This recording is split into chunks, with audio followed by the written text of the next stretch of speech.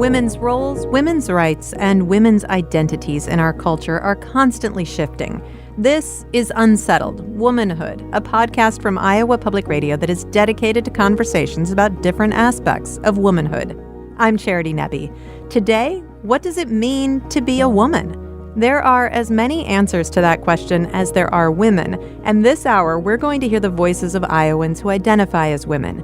But first, let's get a better understanding of identity and how we understand our own identities. Asha Elena Bhandari is an associate professor in the departments of philosophy and gender, women's, and sexuality studies at the University of Iowa. Asha, when we say identity, what does that mean? I think identity has to do with the way we feel at home in the world. I think we use our sense of identity to relate to other people. And so it's a very social phenomenon. But I think there's also really an individual aspect to it in that we each have a sense of ourselves and a way that we feel most ourselves. And one of the things that I really think about when I think about identity is about the ways it can sometimes be very constraining, but it's also liberatory. So there are a lot of paradoxes in that concept of identity. Right. It's coming at us from without. It's coming at us from within. And we negotiate it in relation to other people. And so our identity categories can be really helpful for finding communities of people we connect with and for understanding how the world, the broader social world and political world relate to us. Right. But that, of course, varies in different contexts. So like racial identities really vary in different countries. What counts as a racial category, who counts as, a woman of color, that's going to depend on history, on the country as well. So it's a rich concept. It's philosophically very rich, and it's linked to notions of the self and also to autonomy. So when we live autonomously, I think we're acting from our sense of ourself, but we also discover a lot of things when we're living autonomously, when we're kind of engaging in the world in a way that is guided by ourselves and our commitments. That's something that comes from our identity, but our identity can also kind of be revised in light of living autonomously, living the way that we want to live. What I'm hearing, so much of the women's movement, as we've discovered this week, the women's movements through time have been a fight for that independence, a fight for autonomy, physical autonomy, intellectual autonomy, economic autonomy, and really the opportunity to embrace your own identity, not the identity that culture has placed on you. That's so true. And so autonomy for a while was really sort of rejected by the feminist philosophical movement because for a while it was sort of understood to be really coextensive with the idea of the Marlboro man. So, the cowboy who's a rugged individual who never depended on anyone.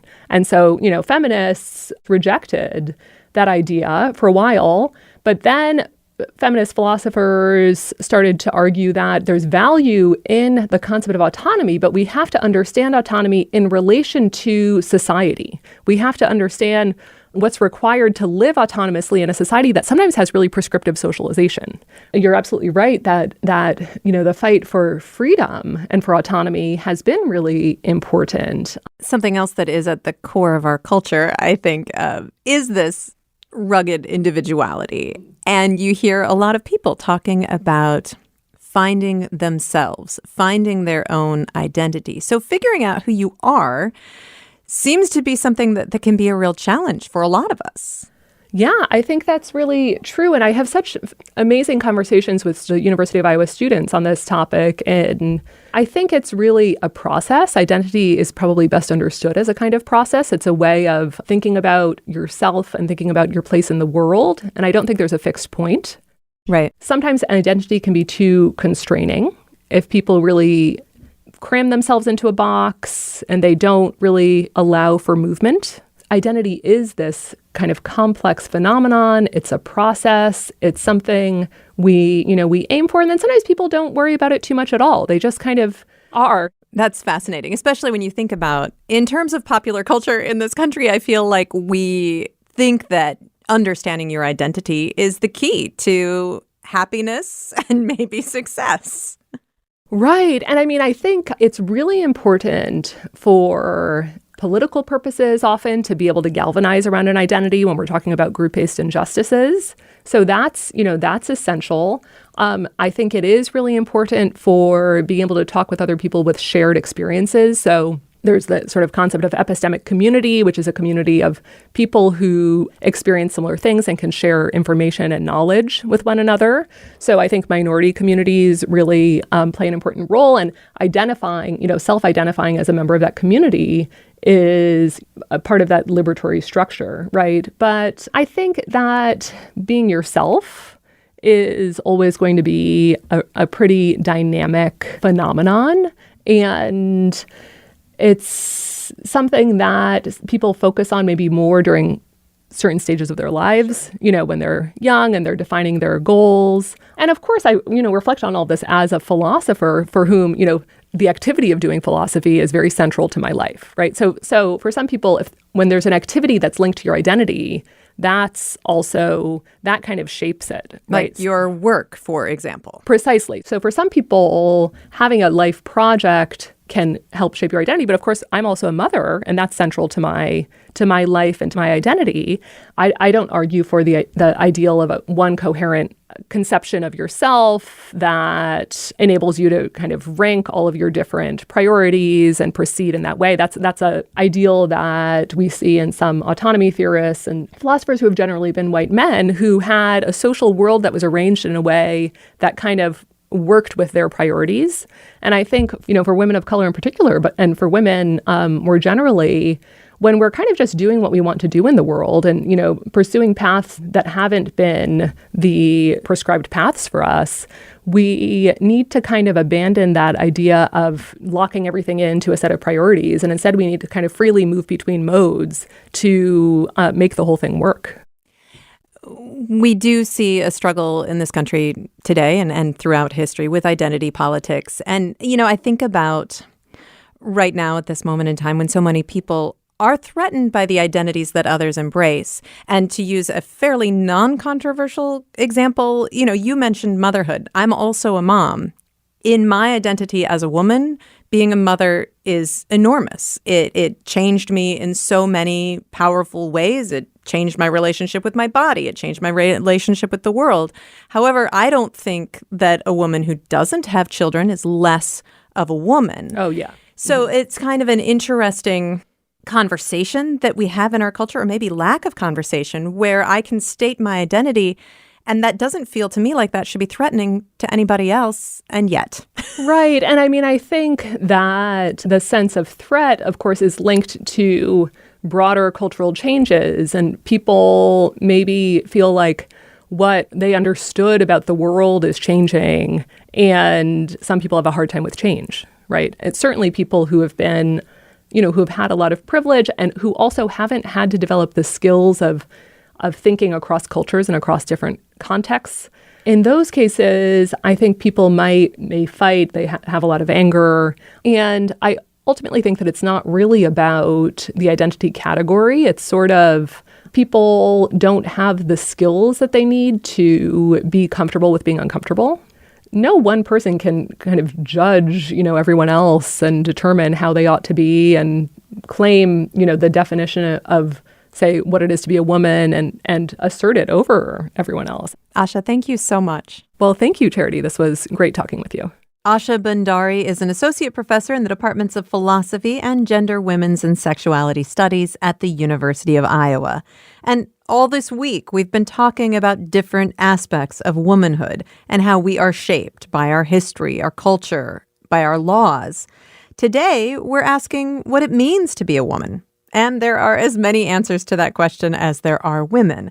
Of course, we can't ask everyone, so we have asked 9 Iowans of various ages and backgrounds who identify as women to share their thoughts. And we start with Ann Friedman, a journalist, essayist, author, and podcaster who grew up in Dubuque. What does it mean to be a woman is something that changes way more often than I think we are taught that it is. Not saying it changes on a societal level, but on a personal level. How do I feel about the label woman is a super specific question that even one single person might answer a different way throughout their life.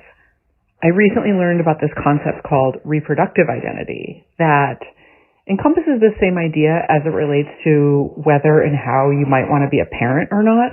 And it's kind of interesting to consider in light of the fact that womanhood has so long and so often been conflated with motherhood. So reproductive identity is basically a way to describe the whole host of feelings, desires, statuses that can be attached to one woman's reproductive life. You know, you could be someone who knows you want kids someday, but definitely not right now. Or you could be someone who knows you don't ever want children and change your mind at some point. Or you could be someone who's just not sure. You could be someone who actually has kids and kind of regrets it or still doesn't really identify as a mother despite technically being a mother. It really has to do with the complicated ways that we see ourselves as reproductive beings. And I think it's a nice parallel for how we see ourselves as women. I think also about Maggie Nelson's book, The Argonauts, which is one of my favorite explorations of not just gender identity, but of, mothering or not mothering. And she writes, how does one get across the fact that the best way to find out how people feel about their gender or sexuality or anything else really is to listen to what they tell you and try to treat them accordingly without shellacking over their version of reality with yours? And that to me is really the heart of it, is it's hard for us as individuals to think about what is our version of reality, what's our version of woman. And it's equally challenging sometimes to not place our definition on top of someone else. It might sound like a cop-out to say that this is all specific and fluid and changeable, but that's honestly how I see it. And I think that, maybe a better question is not, how do you know you're a woman, but how are you feeling with the term woman right now? How are you feeling about your womanhood in this moment? These are far more interesting questions to me that can be asked of anyone who has ever identified with this term or this idea. More on what it means to be a woman at this moment in time after a break. This is Unsettled from IPR News. It doesn't hurt me, yeah, yeah. Do you wanna feel how it feels? Yeah, yeah. Do you wanna know that it doesn't hurt me? Yeah, yeah. Do you wanna hear about the deal they're making? This is Unsettled from IPR News. I'm Charity Nebbe. Over the last 4 episodes, we've explored different aspects of womanhood. We've learned how we are shaped by our history, our culture, and our laws. Today, we're asking, what does it mean to be a woman? There are as many answers to that question as there are women, and spoiler alert, none of the answers are wrong. We have asked Iowans from multiple generations and many backgrounds to share what womanhood means to them.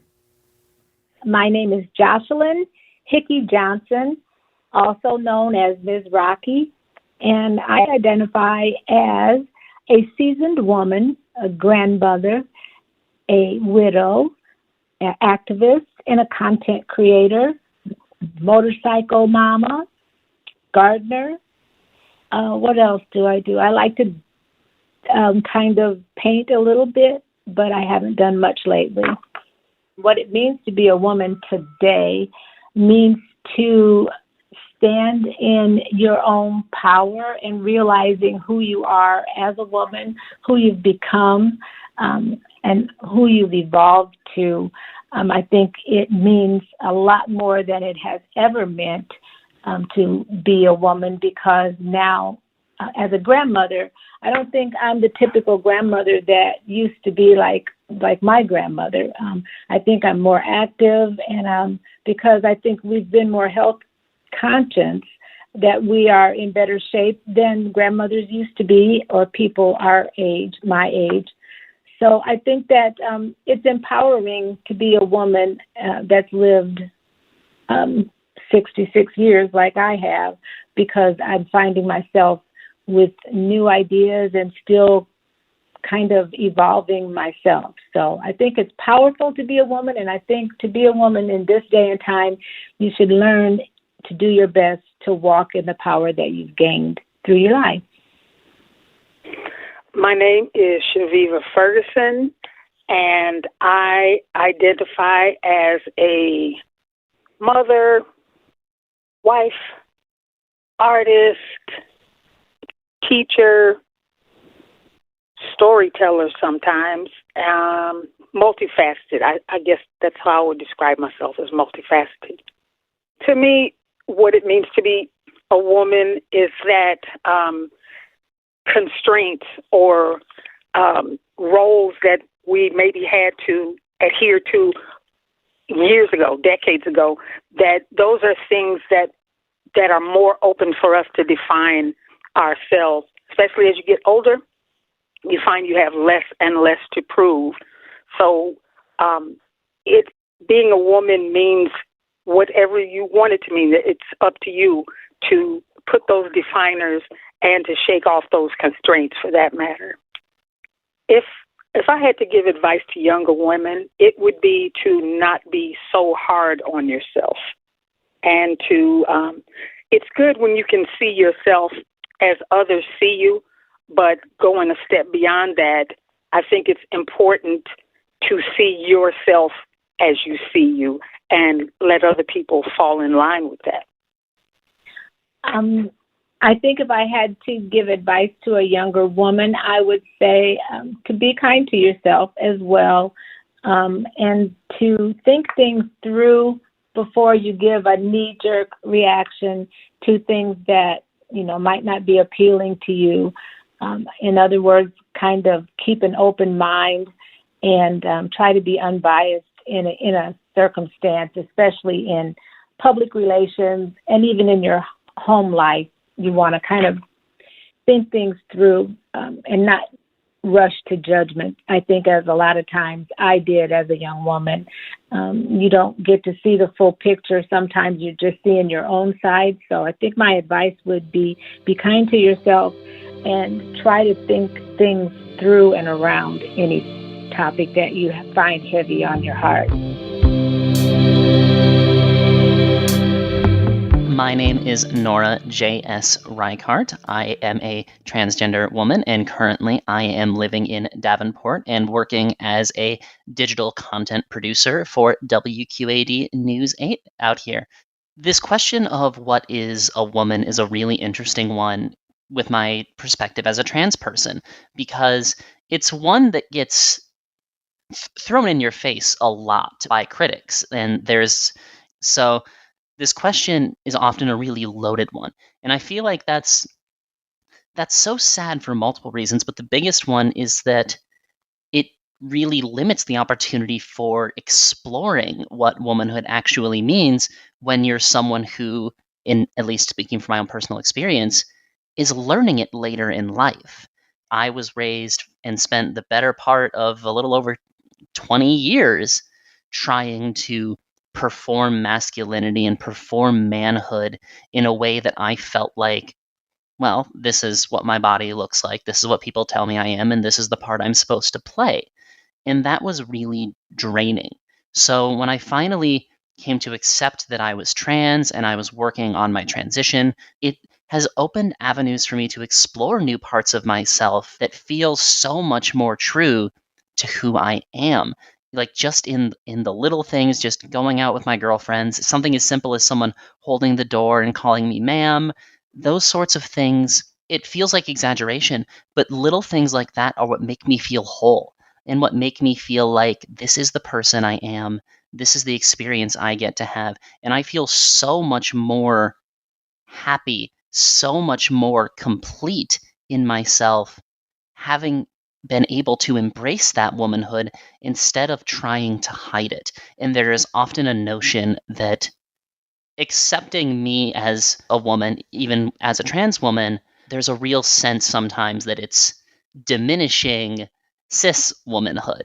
And I don't think that's the case. Me being able to celebrate my life and the experiences that I've had as a trans person does not in any way diminish what the womanhood that cis women get to experience. If anything, it's whether it's its own version or one fundamental experience. I'm honestly not really concerned with that ontological question.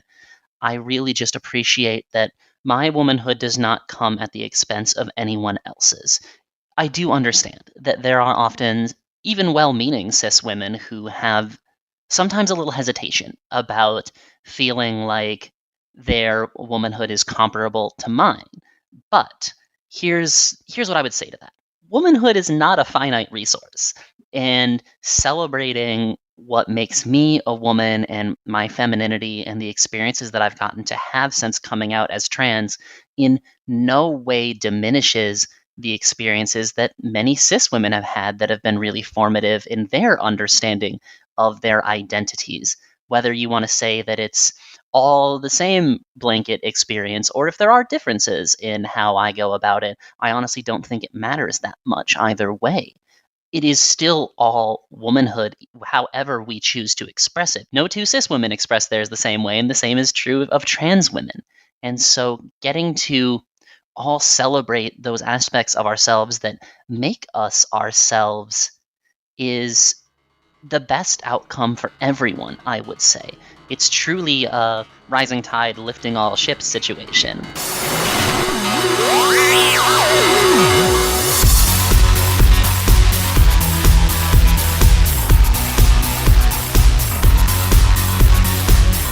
My name is Ghanwa Alamin, and I'm an associate teaching professor of Arabic in the World and Languages and Culture Department at Iowa State University. For me, being a woman entails holding different roles in my life and in the different spheres that I live in. I have the role of being a mother, a wife, a caretaker of my extended family, the professor. I don't think my view or perspective of being a woman changed from when I grew up in Syria to when I moved to the United States. In fact, a lot of the beliefs and that I have originated from my family, and then it continued to evolve as I continued to evolve as a person and explore my options growing up. Motherhood plays a big part as my identity, I think, as a woman, and it kind of starts from growing up when, as a daughter, I observed and learned not only from what's going on in my family, but also that the extended family and that kind of warm presence of female around me in the family, like grandmother, aunts, and growing up in an Arab family, it's an experience by itself. Your family is actually not only your your father and mother and siblings, but it's actually the bigger family. Everybody is involved in bringing up the children. All the women in the family are involved in that task. So having all of those experiences definitely influenced the way that I grew up, and I also tried to transfer that into my daughter. That kind of warm, fuzzy feeling, being surrounded by family, and and having that support from older female in around you. In addition to me being that bridge between generation, I chose things that I wanted to transfer, and then I also added to that knowledge to my daughter in terms, for example, in the way she is able to express herself, her ideas, her choices. As for the workspace, I think my identity as a woman plays a role there. For example, another class that I teach about the Arabian Nights, which is like a collection of myth and fairy tales, where we explore the role of such the images that surface in the tales that really influenced how the West views Arab and Muslim women, and a completely wrong way based of those images in these stories. For example, like what you see in Aladdin, the Aladdin Disney movie, and how women were represented there. So I think being a woman in really gives perspective when teaching such themes in my classes, and also in any presentations that I give in the workspace. I found that after I moved here, people were really interested in learning more in general about how people lived, how they behave, and especially women. And that gave me a lot of opportunities to share these things with the community, like the different Iowa communities, and even the bigger communities. So I held different workshops to talk about that, or Arab culture nights where things like that came up as well. I've been invited to participate at Edwards Elementary School last year to hold an Arab culture night where we share experience, and I share my background knowledge about Arab culture in general, but also being a woman, and for people to see such representation. I remember there was a little girl, I think she was in kindergarten last year. She was thrilled to see me there, to see someone who looked like her maybe when she's older, talk about Arab women in her elementary school in Ames. So that's really important to me. I have online presence in a website where I get a lot of messages from even Europe and Canada, and of course the United States, where they like to learn more. And I love that because it encourages people to ask and learn about what it is to be an Arab woman.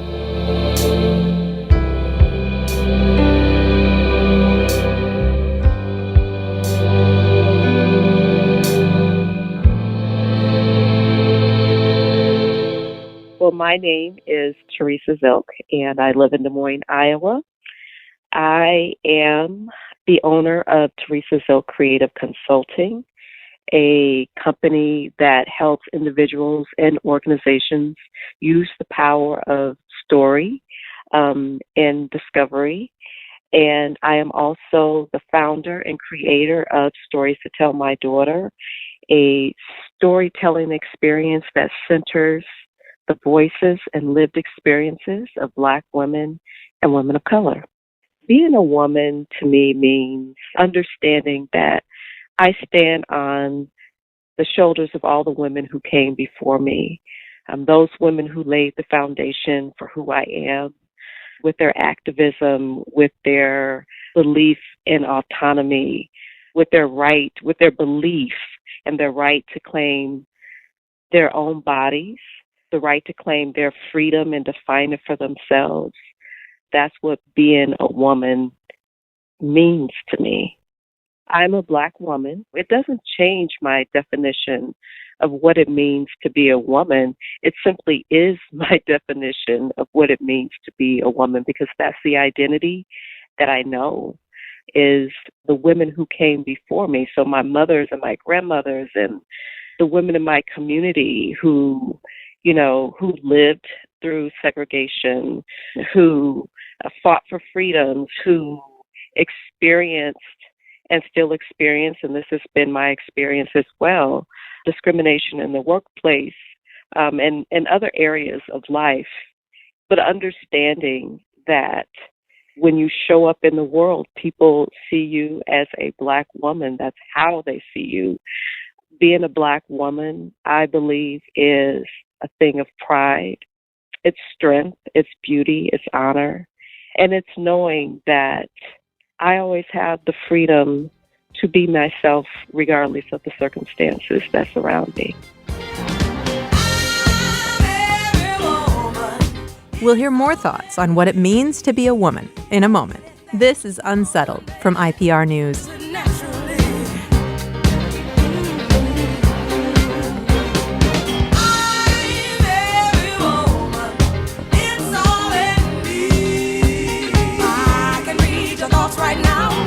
everyone from A to Z.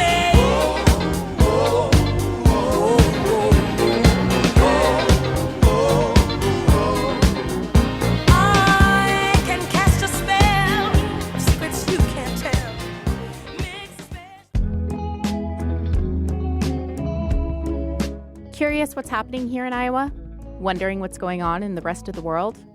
Feed your curiosity with Iowa Public Radio. Every day, you can expect to hear something unexpected. Whether it's a new song or a new perspective, a topic of interest or an interesting person. Iowa Public Radio. News, music, and culture for the curious.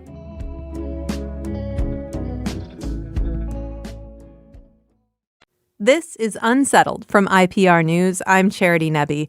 On previous episodes, we have explored different aspects of womanhood. We've learned how we're shaped by our history, our culture, and by the law.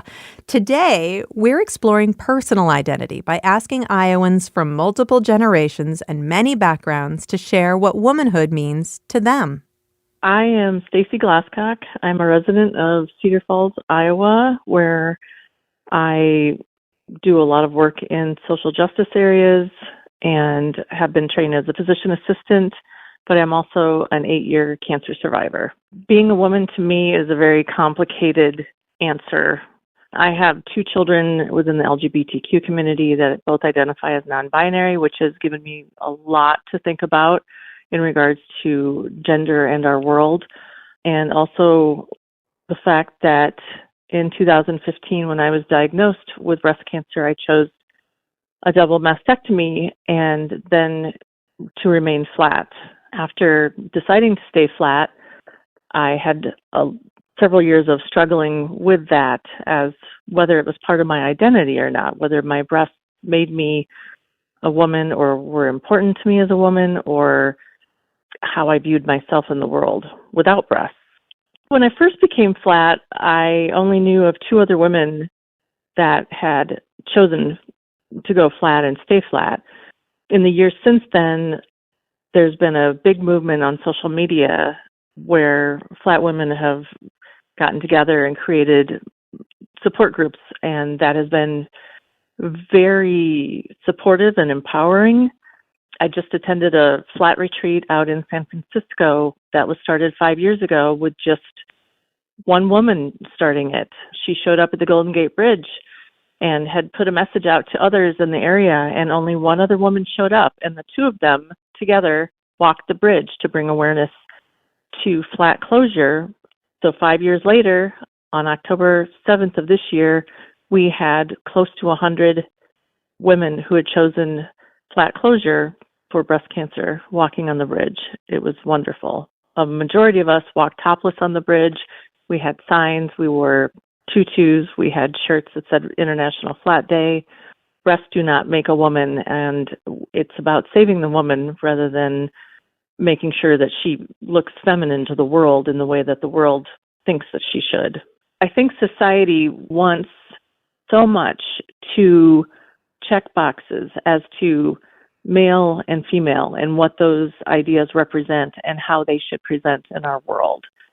And losing your breasts can make a woman feel like they don't fit that box anymore. But there are so many other ways to be a woman.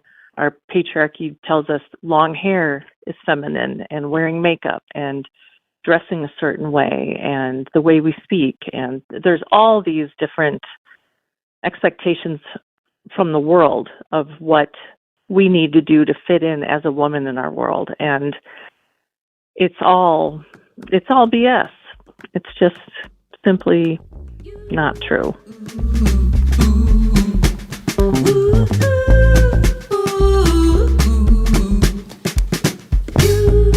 Hola, my name is Jackie Arriola, and I have a business, Jacqueline Arriola LLC, in Washington, Iowa. I have 3 children, Enrique, Miguel, and Guadalupe.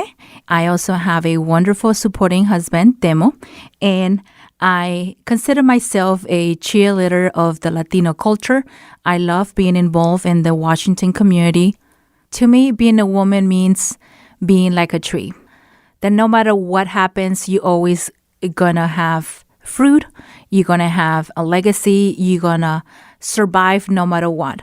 My upbringing has been shaped through females in my life. I was raised by my grandmother and my mother. They were very resilient, very independent, and very businesslike. I'm a Latina in Iowa. That was a big shock since I moved from New York City. But that also gave me the ability to learn, teach, and also realize how powerful being Latina was.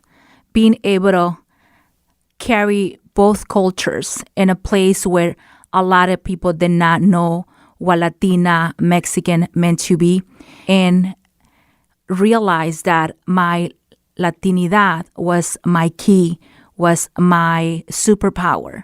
And since I applied that and I put that in my mind, I realized that I was walking with my head up. And when you have that pride in who you are, you're able to share, you're able to teach, and you realize how many people are willing to learn and respect what you bring into the table. Being a mother, it's definitely my pride and joy, a lot of work, but that's something I chose. And because that's something I chose, I made my target to be the best mom I could possibly be. But I also realized that before I could do that, I have to be the best of me, not just healthy, active, but having a clear idea of who I was, knowing my identity, being proud. That was also a lesson that I got into my kids at a very early age. Knowing their identity, that made me, in my opinion, the best mother I could possibly be. I'm a business owner, entrepreneur, but I'm also Latina, and I'm a female. I look at it as a challenge. And I grew up in a family where females were the one in charge. So that gave me a different start. My grandmother was a business owner, and so was my mom. They were both very independent, self-sufficient for their time, but also allow me to realize the importance of being a mom, but that was not it. I was able to see the way that you can handle being a mom and also working outside the home. And since I was very young, I knew that I was going to be a business owner. I just didn't know how. In my early 40s, I realized that I was getting into a different stage of my life. I was taking care of myself. I was doing a lot of self-conscious and learning and mindset changing.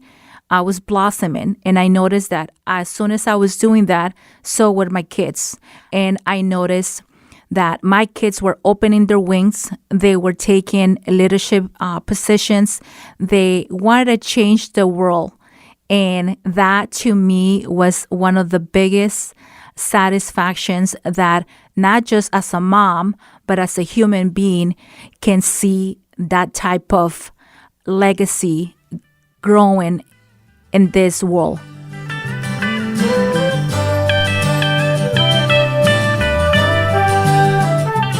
I am woman, hear me roar, in numbers too big to ignore, and I know too much to go back and pretend. I'm T Ho. I'm a mother of 3 wonderful kids and the wife of an incredible, smart husband. I am a teacher and a scientist, and I love what I do, and I am so excited to be a part of my community. For me, being a woman is an exciting, empowering thing. I love being a woman. I love taking care of my children. I love taking care of my husband and also being supported and encouraged and challenged by him. I love being a woman because I get to do things and think things and be things that I don't think my male counterparts necessarily get a chance or allow themselves to be. In my household, I actually had an interesting, different experience than I think a lot of people. My father is actually very much a kind of caregiver. He did all the dishes. He did all the laundry. He cleaned the house. He kept everything neat and tidy.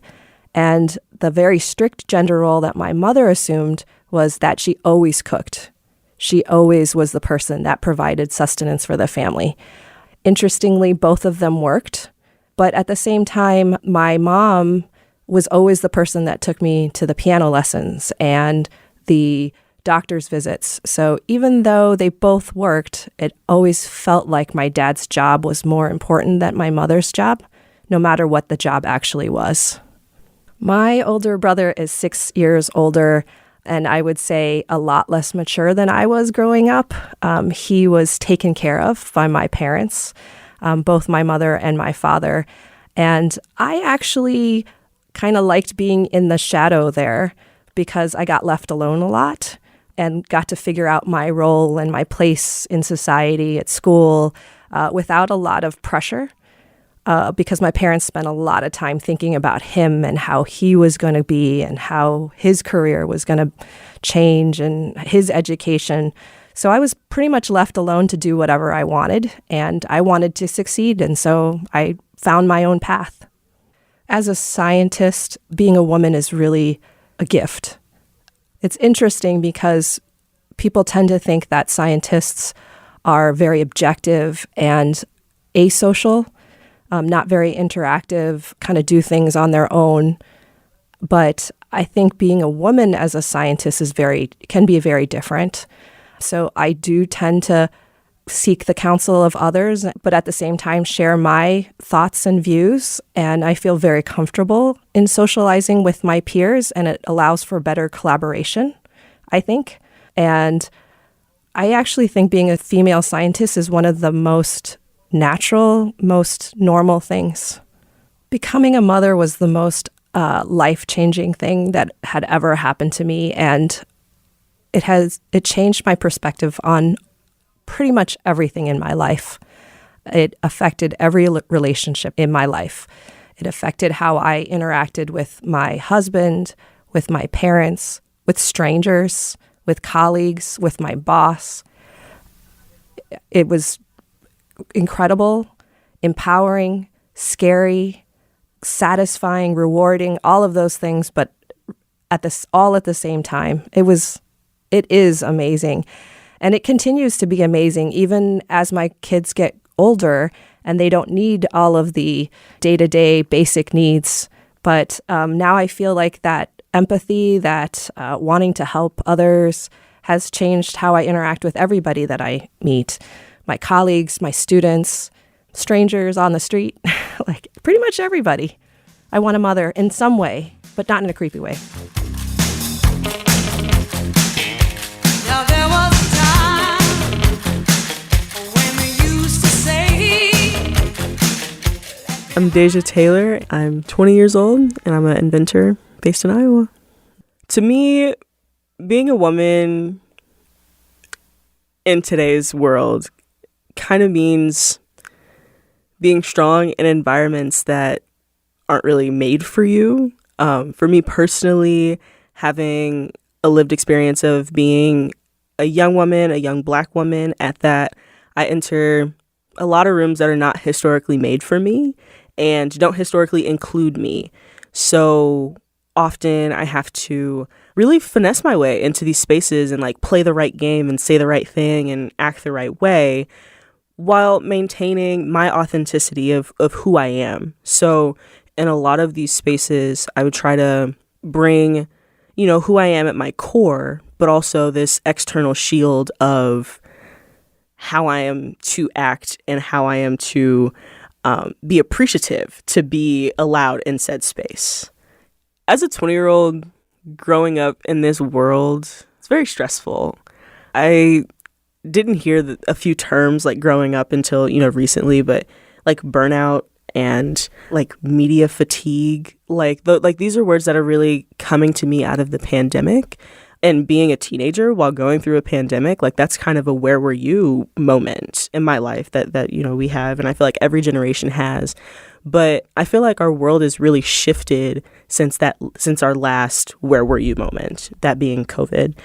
And beyond that, I mean, really growing up in an era where women have less and less rights each day just for breathing on Earth. Like that's insane to me personally. And so it's just really difficult to try to navigate these societal obstacles that are thrown at you for no reason at all, just because someone said so. That's really difficult to manage. And then beyond that, trying to succeed in a world where you're undervalued just because you breathe on Earth. Like that's just something that I don't think anyone really expected would happen, but like here we are, and now, you know, we have to deal with it, and we have to find new ways to face that, and it's so hard. It's so hard because, you know, just being a 20-year-old, you're supposed to have fun and you're supposed to do all these really cool 20-year-old things, but how can you do that when there's a world that's like out to get you, in a sense? And with all of the identities that I carry, it just gets more difficult to do that every single day. So what I wish older generations would know about my experience is that we're quite literally growing up in a space, in a world with less than what you had on all fronts. I mean, finances, equality, like just less all around. And though it may have been easier to attain certain things like back in the day, like it's just getting really difficult to do something as simple as finish college and with manageable debt. Right? It's getting more difficult to walk on the street and like just be safe at that. We're just growing up with less. So that's what I want older generations to know. But to the younger generations that are younger than me, I certainly want to tell them to keep their head up. And I can't say that it'll all get better because we don't know that. But with what we can manage, we certainly have to keep our head up and be strong and walk through the fire. I'm a woman of my word. Now you have heard my words, the only thing I truly need. Woman. Unsettled is a production of IPR News. Our producers are Danny Gear, Samantha McIntosh, and Caitlin Troutman. Our production assistants are Maddie Willis and Kate Perez. Our executive producer is Katherine Perkins, and we get digital support from Matt Sierran and Josie Fischels, and technical support from the IPR Broadcast Operations team. I'm Charity Nebbe. Woman.